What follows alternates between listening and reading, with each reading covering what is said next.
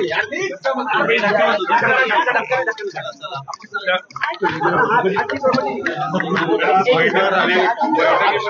चर्चा झाली आणि काय आश्वासनं देण्यात आली केंद्राकडून ऊस आणि कांद्याच्या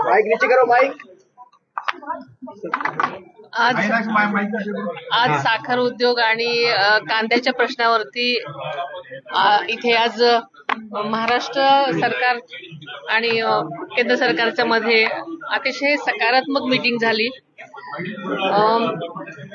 जे कांद्याच्या आणि साखर उद्योगाच्या अतिशय कठीण प्रश्न सध्या मी शेतकरी तोंड देत होते त्यावरती नक्कीच साधक बाधक चर्चा झाली आणि 10 दिवसामध्ये सकारात्मक निर्णय देण्याचा आम्हाला आश्वासन मिळालेलं आहे. त्यामुळे नक्कीच महाराष्ट्रातल्या सर्वच शेतकऱ्यांना आणि साखर उद्योगाला अतिशय म्हणजे दिलासा देणारी ही घटना आज घडलेली आहे. आम्ही अत्यंत समाधानी आहोत.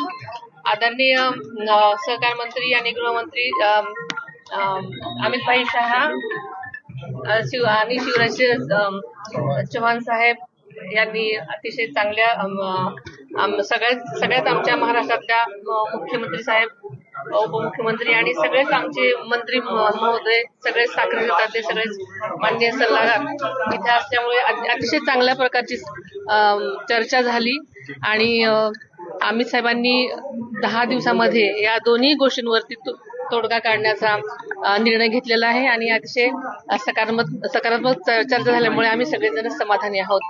त्यामुळे मी भारत सरकारचे मनापासून आणि अमित भाईंचे मनापासून आभार मानते. कांद्याच्या दराच्या अनुषंगाने काही निर्णय झालेला आहे का महत्वाचा? कारण शेतकरी खूप मोठ्या प्रमाणावरती महाराष्ट्रामध्ये नाराज आणि आक्रोश असल्याचं शेतकऱ्यांचं बघायला मिळतं. आता सध्या निर्यात बंदी उठवलेली आहे, त्यामुळे नक्कीच शेतकऱ्यांचा उठवण्याचा निर्णय आजच्या बैठकीमध्ये त्यांनी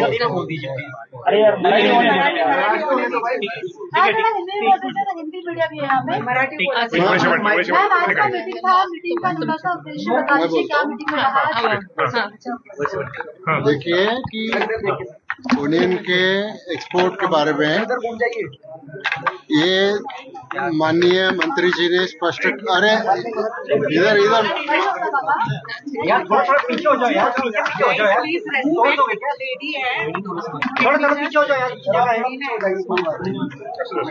क्या कर रहे हो यार, 5 कैमरे प्याज के एक्सपोर्ट के कारण महाराष्ट्र में या तो देश में किसानों को सही प्राइस नहीं मिल रही है, ऐसी जो कंप्लेंट थी तो मंत्री महोदय ने, अमित शाह साहब ने ये बताया कि शुगर ओनियन के ऊपर कोई भी एक्सपोर्ट का एक्सपोर्ट पे बैन नहीं लगाया हुआ है. अगर है तो कल सुबह तक भी मैं उसको उठा दूंगा. तो एक्सपोर्ट बैन ओनियन पे नहीं रहेगा और जो परचेज सेक्टर्स है नाफेड के और सीसीएफ के वो भी ज्यादा से ज्यादा बढ़ाने के बारे में शिवराज सिंह चौहान साहब ने स्पष्ट आश्वासन दिया. सर नोटिफिकेशन कल सुबह तक निकलेगा ऐसा उन्होंने बताया, क्योंकि ऐसा है कि फाइनली मंत्री या तो सरकार को अपने अपने ढंग से निर्णय होते हैं, लेकिन उन्होंने उनका इरादा जल्दी से जल्दी बोल दिया है, वो करेंगे. वहिनी राज्यातला एक विषय फक्त एक विधान परिषदेच्या संदर्भात खूप चर्चा सुरू आहेत. तर आपल्या पक्षाची भूमिका काय, माहिती म्हणून तुम्ही निवडणूक लढवताय? माझी भूमिका हीच आहे की जिथे आमच्या जागा जास्त आहेत तिथे आम्हाला नक्कीच विधान परिषदेची सीट मिळाली पाहिजे आणि आमची अगदी जे सकारात्मक चर्चा चालली आहे तसं होईल. वहिनी आकडा किती, तुम्हाला अपेक्षा किती वहिनी? जागांचा आम्ही 3 जागांसाठी मागणी केलेली आहे आणि नक्कीच सकारात्मक उत्तर मिळेल. अर्थखात्यावरनं कालच्या बैठकीमध्ये कालच्या बैठकीमध्ये नाराजी व्यक्त केल्याचं होतं.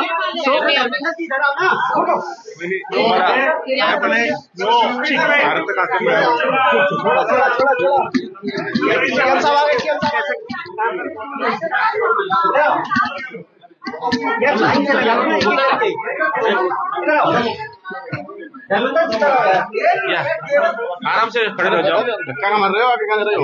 आगे बताओ ये सब आगे जा रहे हैं, क्या यार देखो सबको बाहर कर देंगे कोई फायदा नहीं होगा। अरे आगे बताओ, पीछे बाहर क्या तुम लोग अपनी आईडी उछल देते हो, प्रेम बनता नहीं लोगों का। फिर तो मेरा प्रेम नीचे तो नहीं हो। अरे सत्तर महंगाई है। या सर एक बार धक्का मत दो ना यार। आज आम्ही दिल्लीमध्ये राज्याचे मुख्यमंत्री, दोघंही उपमुख्यमंत्री, आमचे सहकारी मंत्री, आमचे आमदार हे कांद्याचा प्रश्न घेऊन आम्ही दिल्लीला आलो होतो. विविध विषय संदर्भात दादा भुसे असतील, भुजबळ साहेब असतील, डॉक्टर आयर साहेब असतील, या सगळ्यांनी कांद्या संदर्भात विविध विषय मांडले आणि अत्यंत सकारात्मक ही बैठक झाली. याच्यामध्ये जे 1235 रुपयाचा भावाने केंद्र खरेदी करत होतं ते आता 1580 रुपयांनी आता खरेदी सुरुवात होईल. 1 लाख टन ते खरेदी करणार होते. आता त्याच्यामध्ये 3 4 4 लाख टन म्हणजे टोटल मिळून जवळपास 6 लाख टनचा हा विचार त्यांच्याकडे आहे. एक्सपोर्टची सबसिडी ही दुप्पट करण्यासंदर्भातला सुद्धा सकारात्मक विषय त्यांनी केला आणि ही जे कांद्याची खरेदी ही आता थेट एपीएमसी मधनं होणार आहे आणि त्यामुळे कांद्या संदर्भात एक मोठा उछाल पुढच्या काळामध्ये मार्केटमध्ये पाहायला आपल्याला मिळेल. त्याच्यानंतर प्रायमरी प्रोसेसिंग संदर्भात सुद्धा एक नवीन स्कीम बनवून कांद्या संदर्भात प्रायमरी प्रोसेसिंग साठी सुद्धा महाराष्ट्र सरकार हे एक योजना करणार आहे.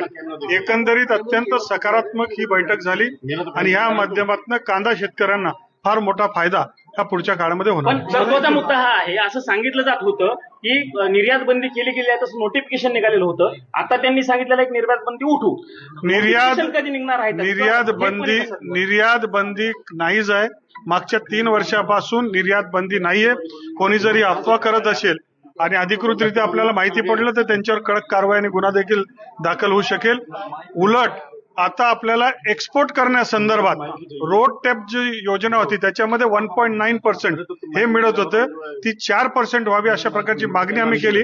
त्यावर सकारात्मक विचार होऊन 10 दिवसामध्ये आपल्याला निर्णय मिळणार आहे आणि म्हणून एक्सपोर्टला फार मोठं प्रोत्साहन, विशेषतः नाशिकच्या महाराष्ट्राच्या कांद्याला पुढच्या काळामध्ये एक्सपोर्टसाठी फार मोठी सवलत. प्रश्न असा आहे की ज्या शेतकऱ्यांनी कमी किमतीमध्ये कांदा विकला होता, कारण मागच्या काही दिवसापासून आपण बघतोय, खास करून मागच्या 4-5 दिवसापूर्वी कांद्याचे दर खूप कमी होते, त्या शेतकऱ्यांचं नुकसान झालेलं आहे. त्यांना नुकसान भरपाई देण्यासाठी सरकारकडून काही प्लॅन आखला जाणार आहे का किंवा तशी काही चर्चा झालेली आहे? नाही, त्या संदर्भात इथे चर्चा झाली नाही, परंतु आपल्याला दरवर्षी याच्यामध्ये ही जी काही संघटित टीम ही मार्च एप्रिल मध्ये कांद्याचा भाव पाडते आणि स्वस्ताने विकत घेऊन घेते, नंतर ही हेच नाफेड आणि एनसीसीएफला विकते. यावर कलेक्टर, त्या संबंधित जिल्ह्याचे कलेक्टर आणि पोलीसचे एसपी या दोघांना कडक कारवाई त्याच्यावर लक्ष ठेवून आम्ही आता कांदा ते कुठून घेतात, कोणाकडनं घेतात, डायरेक्ट शेतकऱ्यांकडनं कांदा घ्यावा लागेल आणि तोही कृषी उत्पन्न बाजार समितीमधनं घ्यावा लागेल, अशा प्रकारच्या सूचना केंद्रीय कृषी मंत्र्यांनी त्यांना दिल्या. तुम्ही सांगा, आज कांद्या संदर्भामध्ये काय आश्वासन? भैया ये नहीं कर लो आप, तो हम लोग टाइम आराम से बन जाए. जसं आता माननीय मंत्री महोदय रावल साहेबांनी आपल्याला सविस्तर माहिती दिलेली आहे. कांदा उत्पादक शेतकऱ्यांच्या संदर्भामध्ये अनेक वेगवेगळे मुद्दे आम्ही या बैठकीमध्ये त्या ठिकाणी ठेवलेले आहेत. सगळ्यात महत्वाची गोष्ट म्हणजे आता कांद्याचा एमएसपी त्या ठिकाणी वाढून मिळालेला आहे. त्याच्यासोबतच नाफेड आणि एनसीसीएफच्या माध्यमातून जी काही कांद्याची खरेदी होईल ती आता बाजार समितींच्या माध्यमातून थेट शेतकऱ्यांच्याकडनं आता कांदा खरेदी केला जाईल. त्याच्यासोबतच ज्या भागातला कांदा आहे तो सुद्धा त्या भागामध्ये साठवला गेला पाहिजे, अशी पण मागणी आम्ही त्या ठिकाणी केलेली आहे. दादाजी, आता राहुल साहेबांनी सांगताना सांगितलं की एक संघटित टोळी काम करते आणि कांद्याचे दर पाडते, सो त्याच्यावरती आता काही कारवाई करण्यासाठी, कारण तुम्हाला आता ती टोळी समजलेली आहे, त्याच्यावरती काही कारवाई करण्यासाठी सरकार काम करणार आहे? नाही, मला वाटतं की आपलं सर्वांचं उद्दिष्ट आहे की शेतकऱ्यांच्या कांद्याला त्या ठिकाणी दर मिळाला पाहिजे. कांदा उत्पादक शेतकऱ्यांना जो काही खर्च येतो त्या प्रमाणात त्यांना त्या ठिकाणी दर मिळाला तर त्यांना न्याय मिळू शकेल. आता आपण पाहतो की काही ठिकाणी काही व्यापारी कांदा खरेदी कमी दरामध्ये शेतकऱ्यांच्याकडनं करून ठेवतात. आणि मग ते नाफेड आणि NCCF त्या ठिकाणी त्या दराने विक्री करतात आणि म्हणून असं होता कामा नये।